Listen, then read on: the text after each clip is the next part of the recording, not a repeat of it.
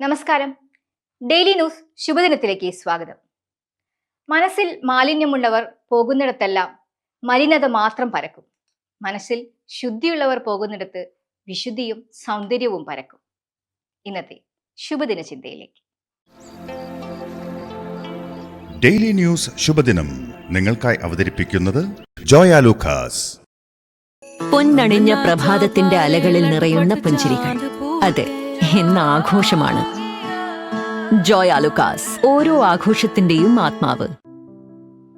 വരുന്ന വഴിക്ക് ഒരു കുഴിയിൽ നിറയെ പഴങ്ങൾ കിടക്കുന്നത് കണ്ട് പന്നി അതിലേക്ക് എടുത്തു ചാടി.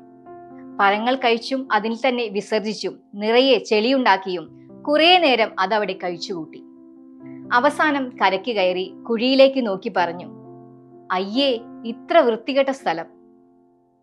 ഉപയോഗിക്കുന്നവരാണ് എന്തിനേയും ഉപയോഗയോഗ്യമാക്കി നിലനിർത്തുന്നതും ഉപയോഗശൂന്യമാക്കി നശിപ്പിക്കുന്നതും.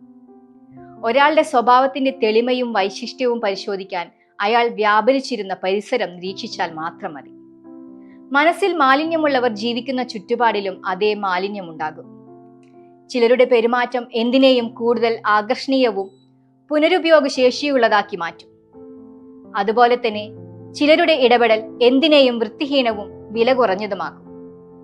പരിസരം വൃത്തിയാക്കുന്നതിനു മുൻപേ മനസ്സ് വൃത്തിയാക്കാൻ ശ്രമിച്ചിരുന്നുവെങ്കിൽ പരിസര മലിനീകരണം ഉണ്ടാകുമായിരുന്നില്ല.